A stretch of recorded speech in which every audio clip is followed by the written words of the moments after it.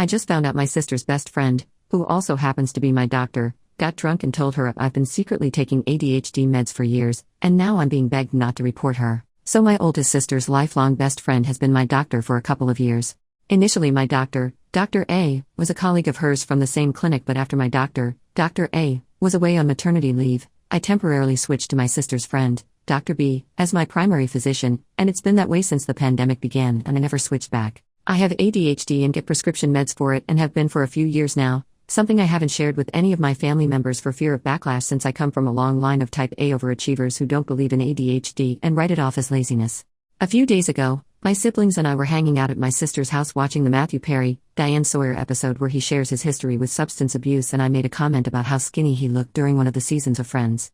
My sister then, out of nowhere, says to me, "Well, it started with prescription drugs, so I hope you don't get hooked." I was instantly gripped with a feeling of absolute horror. My other siblings were confused and looking at her for further clarification, but she didn't say anything more. I spent the whole night just frozen and with a deep pit in my stomach. Later, when I found some time alone with her, I had to pry the information out of her. She had just gotten back from a girls' ski trip, and when they were extremely drunk, her friend, my Dr. B, slipped up and mentioned that she saw me recently for an increase in my dosage and basically revealed to my sister that I have been taking prescription Vyvanse for a few years now. I'm so livid, feel utter betrayal, and have a strong urge to report her for breaking HIPAA regulations. My sister won't stop texting and calling me about it, literally all day long, begging me not to ruin her friend's life forever after years of hard work. She's obviously worried about losing her friend, but she couldn't care less about how disrespected I feel and how my privacy was violated. And more than anything, I worry that my sister will share it with my parents and my family will never look at me or my achievements the same. Added to add for a little more information, I've known Dr. B my entire life, as long as my sister has. She was my sister's friend since they were in first grade, and they've remained close, and we've hung out with our families on multiple occasions over the years. We've even gone on trips together, including my sister's bachelorette. I always looked up to her and found her cool growing up. She and my sister both have kids around the same age and they're close as well. She currently brings in a bigger chunk of the income in their family and they rely on it, and my sister keeps reminding me that I'm also ruining 2 innocent children's lives in the process, which is the only thing I feel guilt about. I adore those kids and they don't deserve that. But I also cannot get over how betrayed I feel.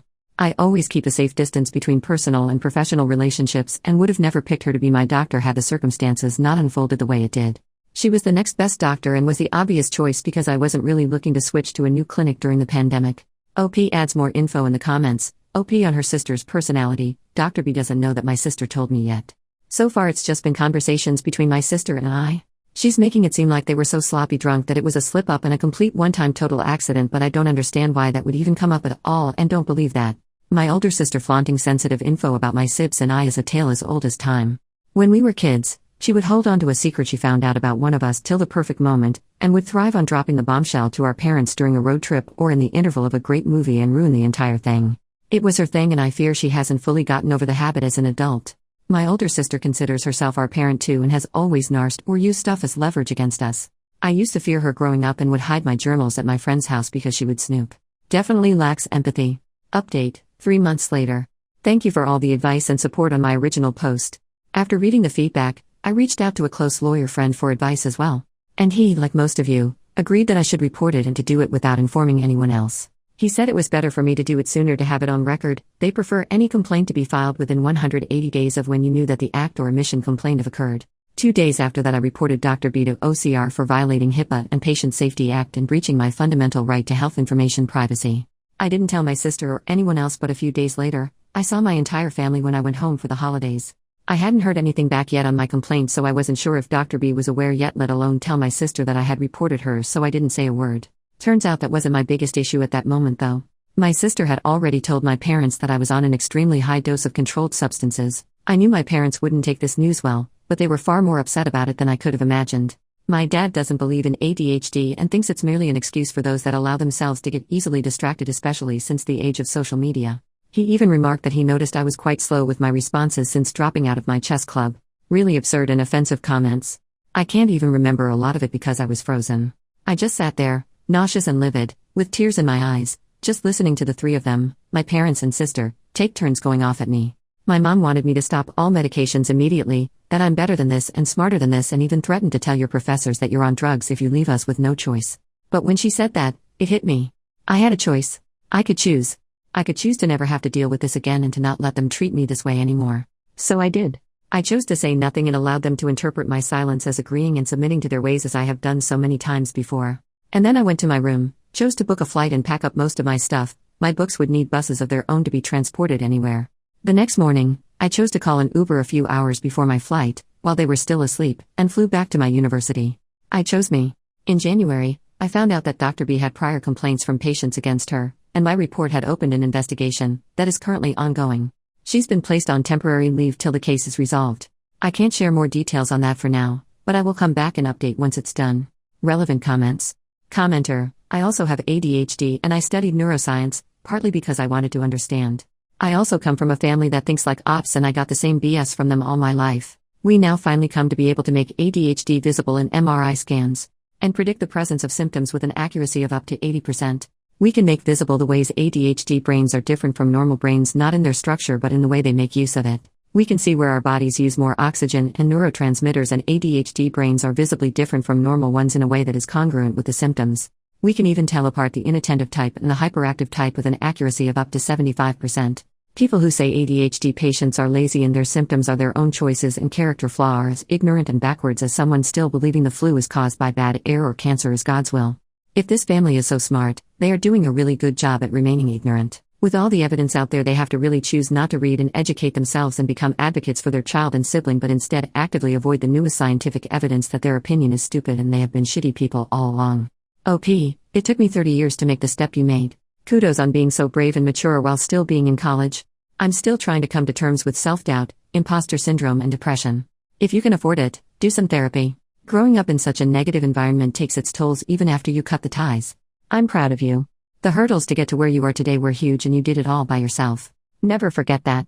OP, I have tears in my eyes. I really needed to read every single thing you typed out here. I'm so tempted to send this to my family, but I don't want to interact with them right now, so I won't.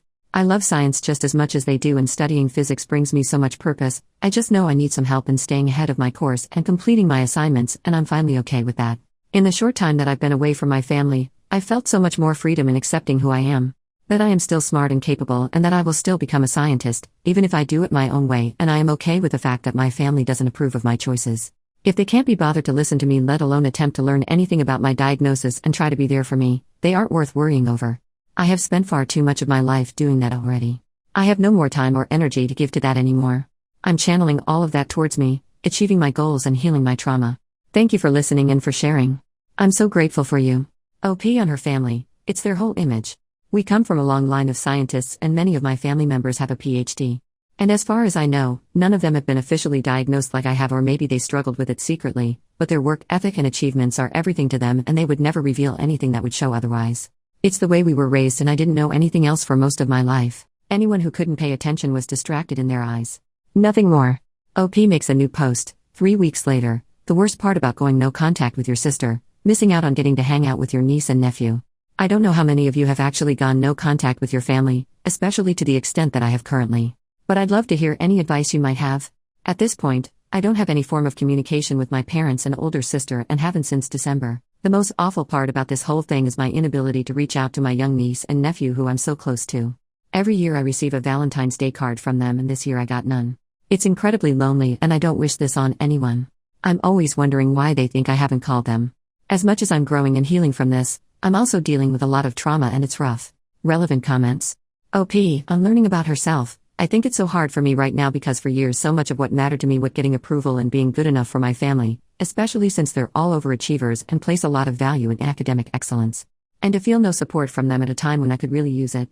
I've never felt so alone and just out of place in this world. But I'm also learning a lot about myself and how codependent I was and relied too much on their opinions to ever even form strong ones of my own. So the bright side to this is figuring myself out. OP, on losing her sister. I've been having an extremely hard time the last few days dealing with this.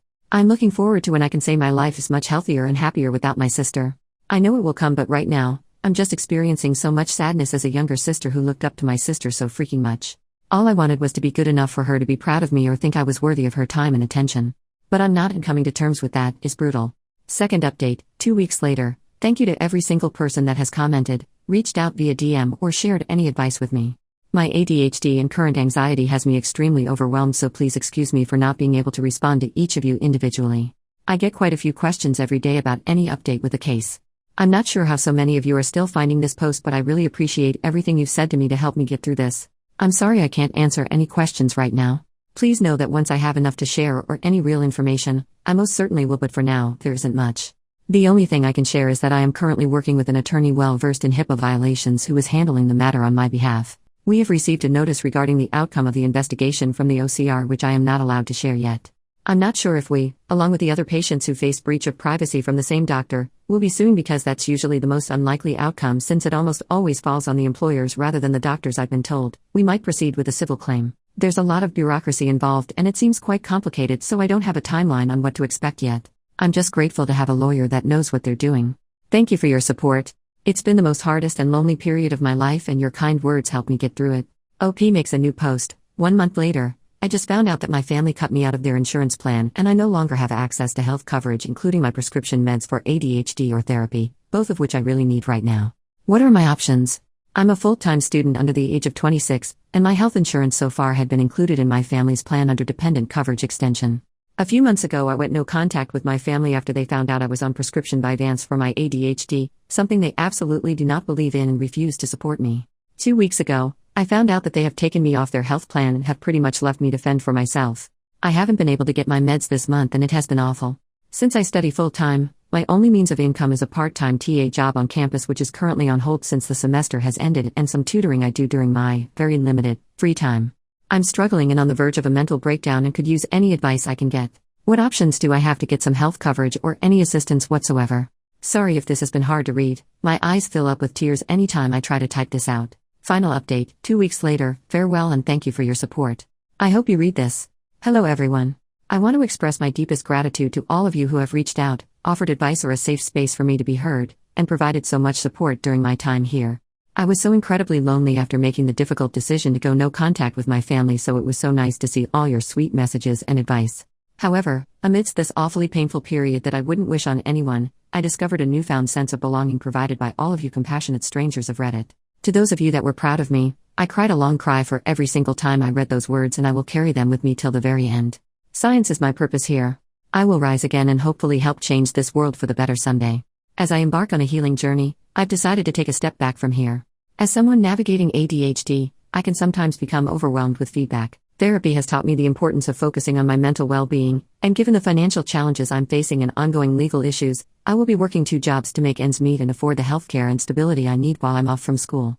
I cannot express how much your support is meant to me, but at this time, I must prioritize my responsibilities and take care of myself. Till I'm back, I want to leave you with a quote that resonates deeply within me: pass on the kindness of strangers, for they have the power to mend the broken and inspire the lost. From the bottom of my heart, I thank you for becoming the family I needed when I felt most alone.